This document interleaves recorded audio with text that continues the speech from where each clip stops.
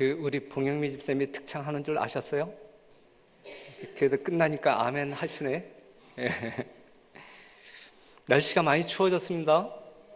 이제는 난방을 틀어야 되지 않을까 싶은데 많이 추워졌는데 여러분 건강 조심하시길 바랍니다. 지난 시간에 우리가 공부할 때에는 갈릴리 호수에서 일어났던 예수님이 물 위를 걸어오시는 그러한 어떤 그 내용을 가지고 살펴보았는데, 여하튼 예수님께서 5,000명을 먹이시는 그 놀라운 이적을 경험한 이후에 사람들은 그 예수님을 뭘로 추대하기로 마음을 모았어요? 왕으로. 하지만 그러한 어떤 그 추대 움직임이 불발로 끝납니다.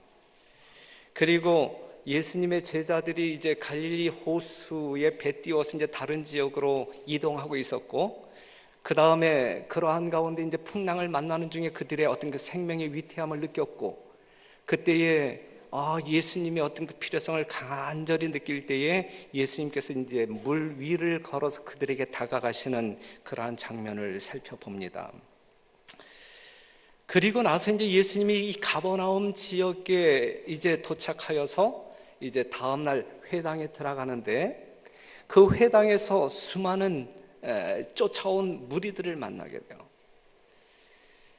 그런데 그 회당에서 예수님을 만나는 이 백성들 마음 가운데 상당히 놀람이 있었어요. 그 놀란 이유가 무엇이냐면, 그 오병이어의 기적을 경험한 이후에 제자들이 배를 타고 떠났고, 그런데 그때 그 부둣가에는 배가 한 척밖에 없었어요. 제자들의 배를 타고 옮겼을 때 그 부둣가에는 아무런 배가 없었어요. 그런데 예수님이 홀로 남았었단 말이죠. 예수님은 홀로 남아서 제자들을 위해서 기도했었단 말이죠. 그런데 이러한 상황을 그때 모였던 다수의 사람들이 보아요. 그래서 그 다음날, 그 전날 이 예수님의 기적으로 말미암아 떡을 얻어먹었던 수많은 사람들이 또다시 예수님을 만나기 위하여 그 해변가로 나아가는데 예수님이 계시잖아요. 계시지 않는 거예요. 수소문을 해보니까는 저쪽으로 가셨다 이거예요. 그래서 이제 부랴부랴 배를 타고 그 다음에 이 육로를 통해서 이 가버나움까지 왔는데 예수님이 거기에 계시는 거예요. 어떻게 오셨을까 예수님이? 도대체 예수님이 어떻게 오셨을까? 그랬더니 이제 제자들이 이제 간밤에 일어났던 여러 가지 이야기들, 기이한 이야기, 예수님이 물 위를 걸어 오셨다라는 이야기를 들으면서 그들 마음 가운데 큰 놀라움을 경험하지요. 그리고 그러한 이야기를 실제적으로 예수님에게 더 듣고 싶은 마음에서 이렇게 질문합니다.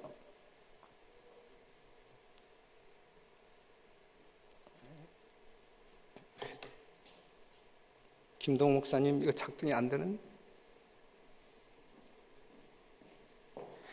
뭐라고 말씀하고, 그 제자들이 뭐라고 이야기하냐면, 모인 무리들이 뭐라고 이야기하냐면, 랍비여, 어느 때에 여기 오셨나이까? 랍비여, 어느 때에 여기 오셨나이까? 여러분들이 생각해 보실 때, 예수님께서 오병이어의 기적을 이루신 이후에 사람들이 더 많이 모였을 것 같아요? 아니면 적게 모였을 것 같아요? 엄청나게. 여하튼 우리가 말씀을 보게 되면 예수님이 가는 곳마다 수많은 무리들이 뒤쫓아다녔는데, 예수님의 오병이어의 기적 이후에 더 많은 사람들이 소문 듣고 모였을 거라고 미루어 짐작할 수 있습니다. 랍비여, 어느 때에 여기 오셨나이까? 배도 없었는데 어떻게 여기까지 오셨습니까? 라고 하는 질문을 던져요. 그때에 예수님께서는 단도직입적으로 뭐라고 말씀하시냐면, 다 같이 한번 읽어볼게요. 예수께서 시작. 예수께서 대답하여 가라사대, 내가 진실로 진실로 너희에게 이르노니 너희가 나를 찾는 것은 표적을 본 까닭이 아니요 떡을 먹고 배부른 까닭이로다. 썩는 양식을 위하여 일하지 말고 영생하도록 있는 양식을 위하여 하라. 이 양식은 인자가 너희에게 주리니 인자는 아버지 하나님의 인치신 자니라. 그래서 여하튼 여러 가지 경로를 통해서 이 예수님을 찾아온 수많은 무리들에게 예수님께서 하신 말씀, 너희들이 나를 찾는 이유가 무엇이냐, 너희가 오늘 나를 찾아온 이유가 무엇이냐, 너희가 나를 찾는 것은 표적을 본 까닭이 아니요 떡을 먹고 배부른 까닭이로다. 다시 말해서 그 수많은 무리들이 예수님을 찾았던 분명한 이유는 영적인 이유가 아니라 어떠한 이유? 육적인 이유였다라고 하는 사실을 예수님께서 간파하시고 그들에게 말씀하고 있는 것입니다. 영적인 필요가 아닌, 표적을 본 까닭이 아니라 먹고 배부른 까닭에 그 예수님을 찾았단 말이죠. 하늘을 기업으로 얻는 영적인 필요가 아니라 육적인 필요 때문에 예수님을 찾았단 말이죠. 오늘 이 안식일을 성별하여 주의 존전에 나온 여러분들은 어떠한 목적으로 오셨습니까? 여러분들이 예수님을 찾는 이유는 분명 이 당시에 이 무리들과는 질적으로 틀리죠. 우리는 예수님을 찾는 분명한 이유 하나, 그것은 영적인 필요 때문에 찾는 것이다 믿어 의심치 않습니다. 예수님을 따르는 사람들에게 예수님은 줄곧 이렇게 말씀하셔요. 예수께서 이르시되 여우도 굴이 있고 공중의 새도 거처가 있으되 오직 인자는 머리 둘 곳이 없다 하시더라 그랬어요. 이 이야기는 예수님이 부유하게 사신다는 이야기 아니면 가난하게 사신다는 이야기예요. 예수님을 따라다니면 이 세상에서 어떤 그 재물의 풍족함을 누릴 수 있다는 이야기 아니면 거지처럼 살 것이라는 이야기예요. 그건 좀 심한 말이었나요? 예수님을 따르는 길은 부와 명예가 보장된 길이 아니다라고 하는 사실을 마태복음 8장 20절은 분명하게 이야기하고 있어요.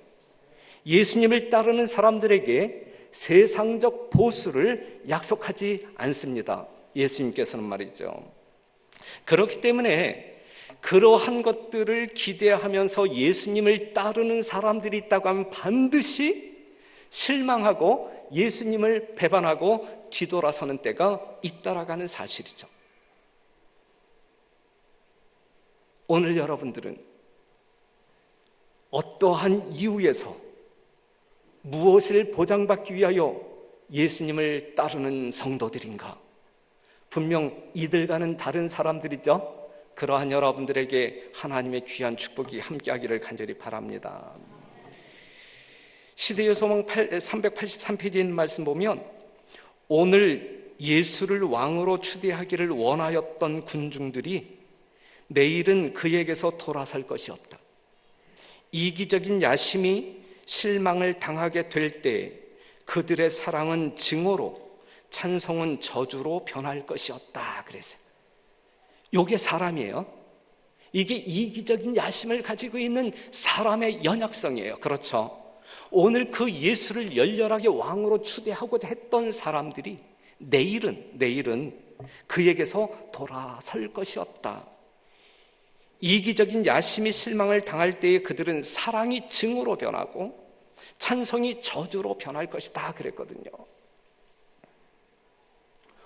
오늘 이 자리에 앉아 계신 우리 모든 성도님들에게는 이러한 가능성이 절대적으로 배제되었으면 좋겠어요.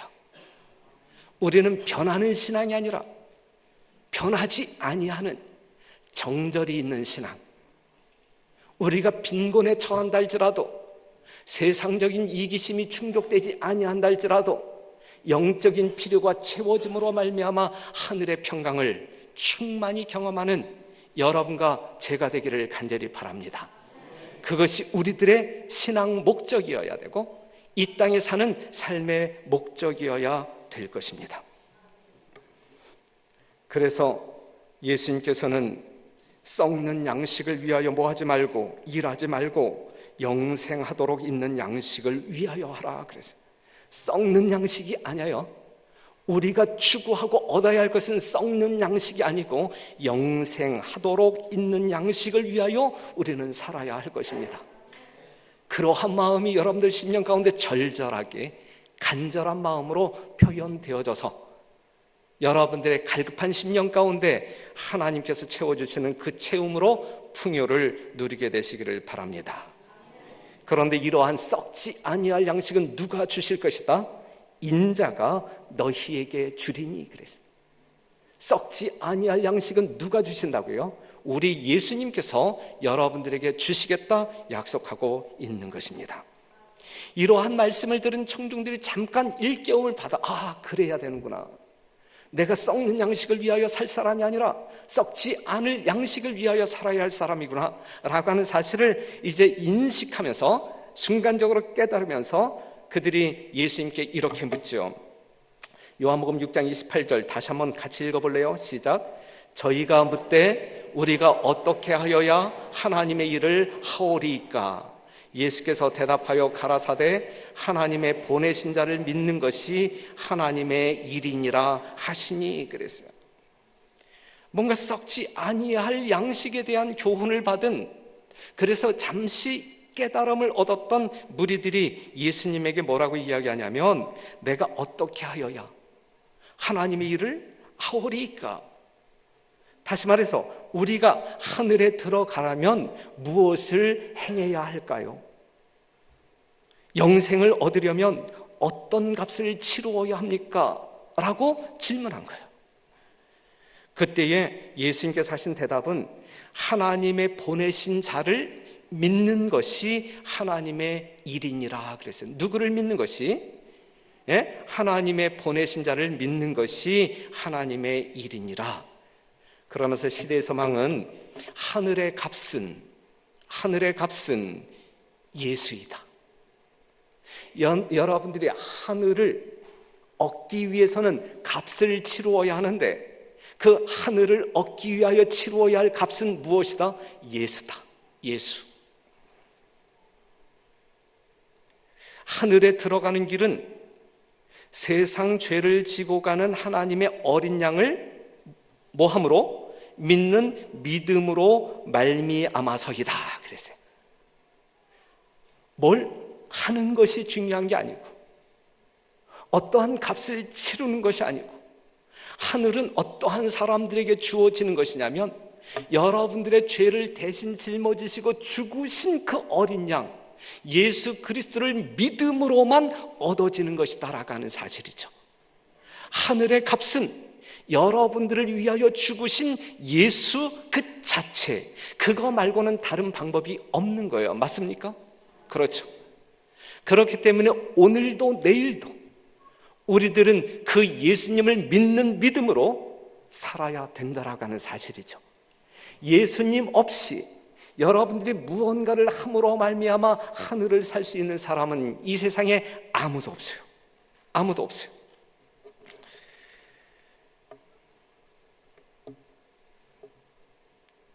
그런데 이제 이러한 어떤 그 하나님께서 이 구속의 비결을 그들에게 가르쳐 주지만 백성들은 이 하나님의 이 거룩한 진리의 말씀을 받아들이지 않습니다. 예수님이 이 땅에 오셔서 인간의 모습으로 오셔서 분명 메시아적 사명을 가지고 살았지만 그 예수님이 그들 눈앞에 움직이고 있지만 예수님의 움직임 속에서 메시아를 발견하지 못하는 거예요. 그 수많은 무리 가운데서 예언된 메시아 사역을 예수님이 행하고 계시지만 예수님의 움직임 속에서 구주 되심의 보증을 그들이 얻어야 하지만 그것을 인식하지 못하는 거예요. 얼마나 안타까운 현실입니까? 얼마나 불행한 현실입니까? 사랑하는 성도 여러분, 여러분들이 말씀을 통하여 예수님의 움직임을 보게 되시기를 바라고, 예수님의 움직임이 바로 나를 하늘로 데려가시기에 넉넉한 구주이심을 확인하는 여러분 되심으로 그 하나님을 찬양할 수 있는 여러분들이 되기를 간절히 바랍니다. 목격해야 할 예수님을 목격하지 못해요. 바라보아야 할, 발견해야 할 그 예수님의 구속을 발견하지 못하는 거예요. 그러면서 그들 마음 가운데 불만은 폭증하지요. 불만은. 이러한 이적을 행할 수 있음에도 불구하고 어찌하여 우리를 이토록 가난하게 내버려 둘 수 있느냐 이거예요. 그러한 이적을 정말 이 오병이어로 5,000명을 먹이시는 이적을 행사할 수 있는 그 능력자께서 어찌하여 우리가 아픔 가운데 그대로 내버려둘 수 있겠느냐, 이거. 왜 로마의 억압에서 해방시켜 주지 않느냐, 이거. 왜 기왕이면 능력과 영예를 자신들에게 주어서 좀 세상 가운데서 높여지지 않느냐, 이거예요. 그러한 불만을 그들은 가지고 있었어요. 예수께서는 이 백성들에게 늘 뭐라고 난 하나님께서 보내심을 받은 자다, 그렇게 주장하면서 왜 이스라엘의 왕 되는 것을 거절하느냐, 이거. 그들이 이해할 수 없는 신비가 바로 여기에 있어요. 하나님께로부터 보내심을 받았다고 하면 이 이스라엘의 왕으로 등극해야 되는데 왜 그것을 거절하느냐, 이거. 거절하느냐. 이해할 수 없는 신비. 그들은 예수께서 거절하신 것을 오해하고 살았습니다. 그래서 한 랍비가 예수님에게 아주 조롱 섞인 말로 이렇게 질문하지요. 저희가 묻되 그러면 우리로 보고 당신을 믿게 하시는 표적이 무엇이니까? 하시는 일이 무엇이니까? 그랬을 때 예수님께서는 기록된 바 하늘에서 저희에게 떡을 주어 먹게 하였다 함과 같이 우리 조상들은 광야에서 만나를 먹었나이다. 예수님께서 계속 어떤 그 메시아임을 이제 주장하니까는 이 무리들이 뭐라고 이야기하면 그러면 그것을 믿게 할 만한 표적이 뭐냐. 그런데 여기서 우리가 이제 살펴보아야 할 것은 뭐냐면 이미 그 백성들에게는 예수님이 메시아 되심을 인정하기에 넉넉한 수많은 표적들이 이미 보여주었어요? 보여주지 않았어요? 보여주었잖아요. 예수님이 메시아 되심을, 구주 되심을 확증할 수 있는 수많은 언행이 있었잖아요. 그렇죠? 그럼에도 불구하고 그들은 여전히 뭘 요구하는 거예요? 표적을 요구하는 거예요. 표적을. 아직도 여러분들에게 표적이 주어져야 여러분들이 그 예수님을 여러분들의 구주로 영접하시겠습니까? 우리는 아니잖아요.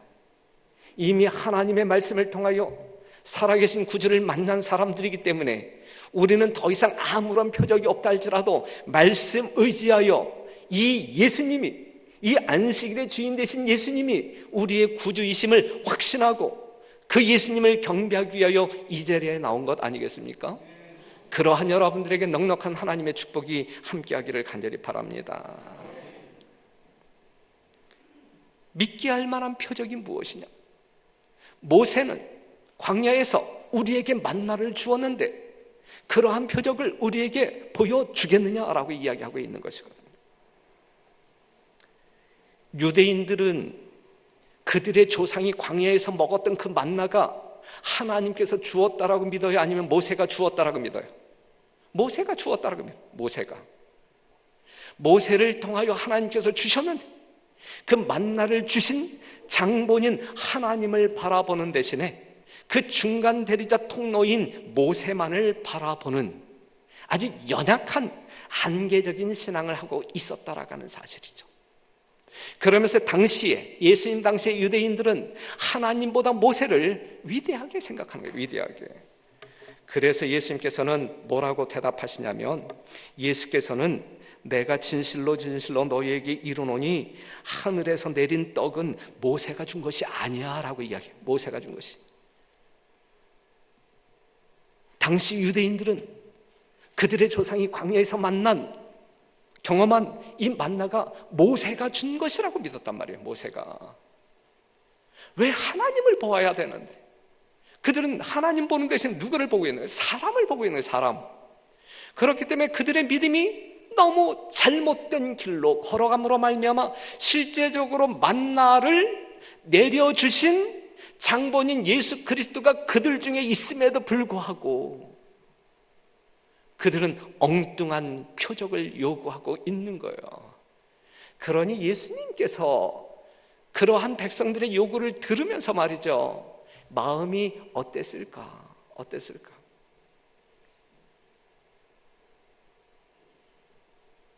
여기에 있는 말씀을 보면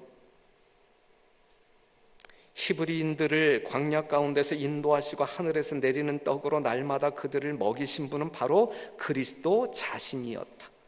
그 양식은 하늘에서 오신 참떡의 한 표상이었다.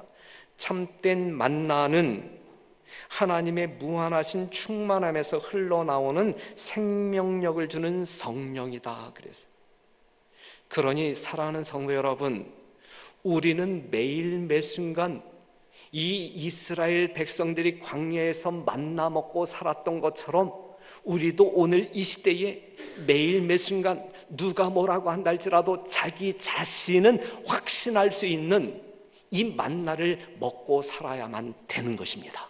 그렇죠? 하나님의 충만한 말씀 속에 역사하시는 성령, 생명력, 그것을 우리가 매일의 삶 가운데서 경험하고 살아야 만나를 먹고 사는 사람들이라 말할 수 있는 것이죠. 그러한 만나가 여러분들에게 경험되어지게 되기를 간절히 바랍니다. 그러자 이제 백성들이 또 요구해요. 주여, 이 떡을 항상 우리에게 주소서라고 이야기해요. 그런데 여러분, 주여 이 떡을 항상 우리에게 주소서라고 이야기했을 때 그들이 요구한 떡은 육신적인 떡이에요? 아니면 영적인 떡이에요? 예? 육신적인 떡을 요구하고 있는 거예요. 백성들의 육적인 요구, 육신적인 떡을 요구하고 있는 거예요. 그런데 예수님의 대답은 육적인 대답이에요? 아니면 영적인 대답이에요? 예. 우문현답이라고 하는 말이 있죠. 이 상황을 보게 되면 육문영답, 육으로 질문하고 영으로 대답하는 상황이 벌어지고 있는데 예수님께서 뭐라고 이야기하냐면 주여 이 떡을 항상 우리에게 주소서라고 이야기할 때 내가 곧 생명의 떡이니 내게 오는 자는 결코 줄이지 아니할 터이요 나를 믿는 자는 영원히 목마르지 아니하리라 라고 대답했어요. 지금 예수님께서 이렇게 말씀하셨을 때 그 말씀의 의미가 무엇인지 이스라엘 백성들은 깨달았을까요? 못 깨달았을까요? 당시 제사장이나 랍비들은 이 말씀을 깨달았을까요? 깨닫지 못했을까요? 깨달았다. 예? 깨달았어요. 왜냐하면 신명기 8장 3절에 지금 이 말씀이 무엇을 의미하는지 알고 있는 거예요. 너를 낮추시며 너로 줄이게 하시며 또 너도 알지 못하며 내 열조도 알지 못하던 만나를 내게 먹이신 것은 사람이 떡으로만 사는 것이 아니요 여호와의 입에서 나오는 모든 말씀으로 사는 줄을 너로 알게 하려 하심이니라 그랬어요. 예수님께서 내가 곧 생명의 떡이니 라고 이야기했을 때 그것이 무엇을 의미하는지 이스라엘 백성들은 알았다 이거죠. 알았다. 그것이 하나님의 말씀으로 적용되어진다라는 고하 사실을 알았단 말이죠. 예레미야 15장 16절에 만군의 하나님 여호와시여 나는 주의 이름으로 일컬음을 받는 자라 내가 주의 말씀을 얻어먹었사오니 내가 주의 말씀을 얻어먹었사오니 주의 말씀은 내게 기쁨과 내 마음의 즐거움이오나 그랬어요. 사랑하는 성도 여러분, 나는 생명의 떡이니 라고 이야기할 때 우린 이 떡을 먹어야 되는데 이 떡을 먹고 살아야 우리가 정말 영생의 사람이 될 수 있는데 말이죠. 이 떡이 뭐냐고요. 이 떡이 이 영적인 의미, 떡을 먹는다라고 하는 이 영적인 의미가 율법을 연구하고 그렇죠?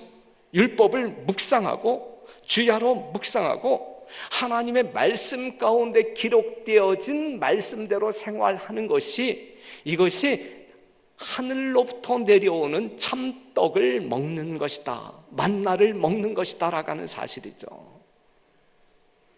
이해되시죠? 이해가 되시죠? 네. 당시 이스라엘 백성들은 이러한 사실로 이해를 했단 말이죠. 오늘 여러분들도 이러한 사실로 이해를 해야 한단 말이죠. 그렇죠? 네.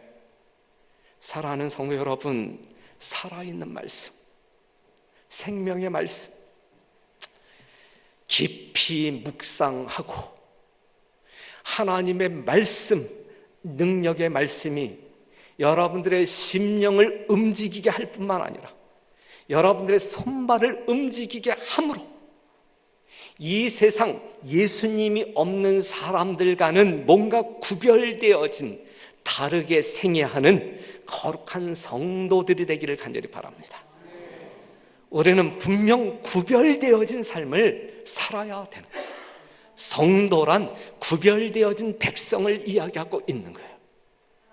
하나님의 영에 이끌리어 성령 충만한 가운데 여러분들의 삶 자체가 말씀이 되는 생애가 되어야 할 것입니다. 영적인 지식을 가지고 있으면서 현실 적용이 되지 아니함으로 말미암아 영적인 지식을 어둡게 만들어 버리는 사람들이 있어요. 영적인 지식을 가지고 있으면서 언제나 육적인 현실의 삶에 치우쳐 살아가는 연약한 사람들이 있어요. 하지만 정말 우리 별내교회 성도들, 또 오늘 이 안식일 처음 이 교회에 오신 손님 여러분, 재림 성도 여러분, 우리는 영적인 지식의 풍요를 누릴 뿐만 아니라 우리의 삶 가운데 그 풍요를 드러낼 수 있는 실제적인 살아있는 성도들이 되어야 할 것입니다.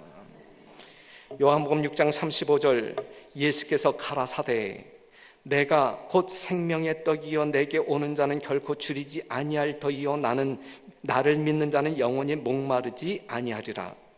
그러나 너희에게 이르기를 너희는 나를 보고도 믿지 아니하는도다 하였느니라 그랬어요.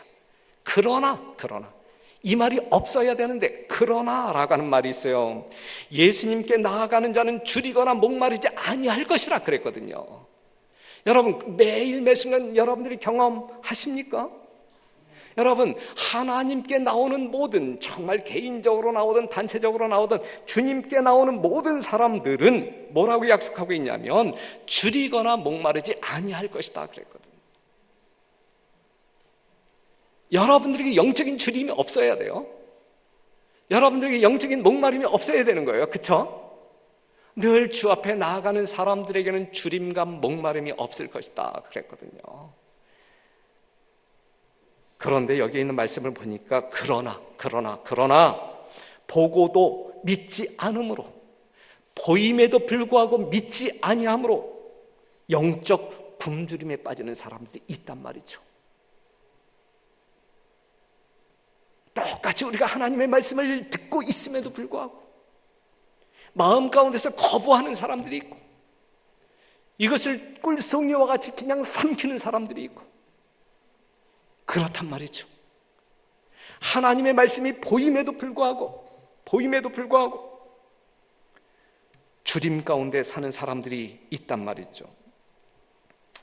그리스도의 능력에 대한 산 증거가 예수님 당시에도 날마다 그들 앞에 나타났지만 여전히 다른 표적을 구하는 그들, 우리는 그렇게 살지 말자 이거예요.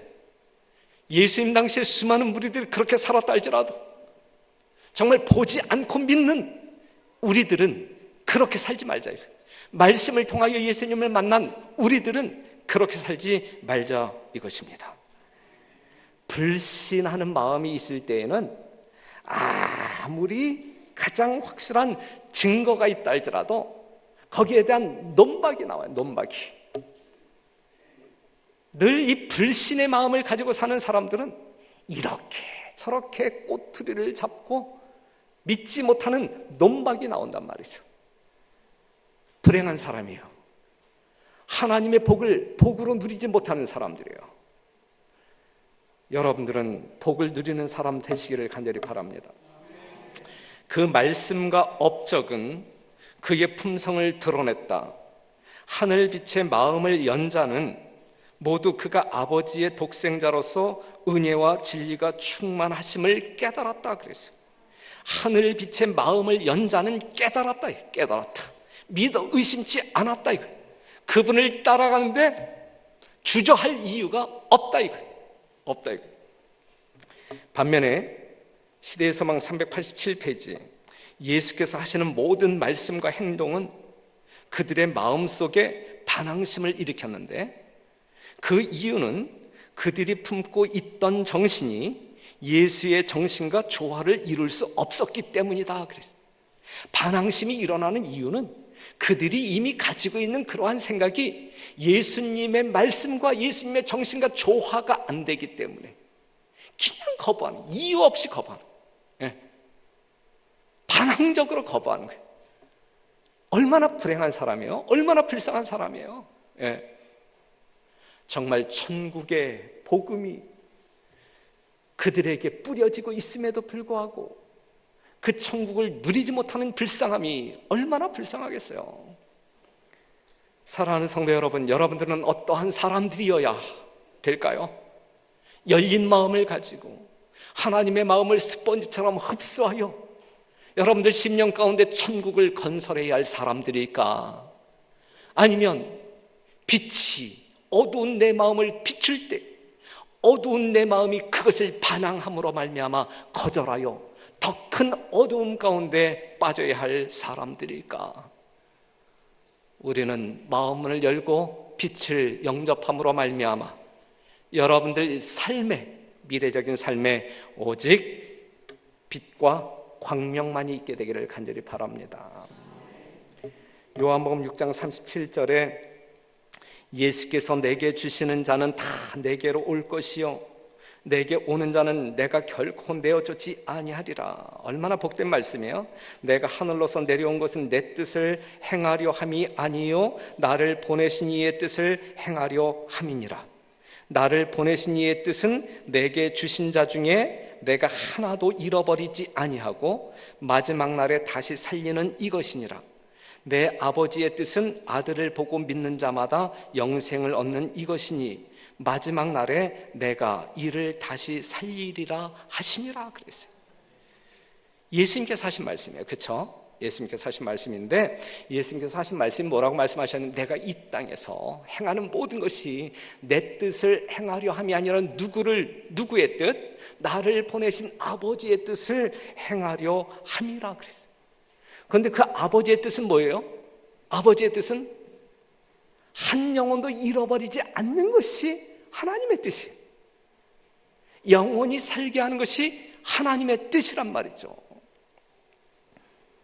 사랑하는 성도 여러분, 예수님은 이 땅에 오셔서 자기 뜻대로 살지 아니하고 누구의 뜻대로 살았다고요? 보내신 아버지의 뜻대로 살았다.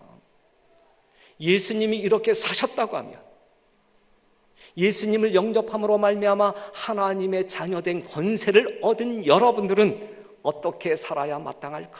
어떻게? 내 뜻대로 살아야 할까? 하나님의 뜻대로 살아야 할까? 별내교회는 내 뜻이 이루어지는 실현되어지는 그러한 교회인가? 하나님의 뜻만이 이루어지는 교회이어야 될까? 하나도 잃어버리지 않는 역사가 우리 별내교회를 통하여 이루어지게 되기를 간절히 바랍니다. 정신적으로, 영적으로, 육적으로 질병이 있는 사람들이, 연약함이 있는 사람들이 이 성전을 드나들 때 그들이 치유함을 경험하는 그러한 구별되어진 하나님의 능력이 역사하는 그러한 성전으로 활용되어지기를 간절히 바랍니다. 스트레스가 많은 사람들이 이 성전을 찾아왔을 때에 그 스트레스가 온데간데 없이 사라지고 기쁜 마음으로 돌아갈 수 있는 그러한 성전이기를 간절히 바랍니다. 그러기 위해서는 우리 개인적인 뜻이 다 소멸되어지고 오직 전능하시며 무한한 사랑을 낭비적으로 쏟아 부으시는 예수님 뜻만이, 하나님의 거룩한 뜻만이 이루어질 때 그것이 가능합니다. 여러분 모두의 삶 가운데 그러한 역사를 일구어 나가게 되기를 간절히 바라면서 오늘 말씀 여기서 마치도록 하겠습니다.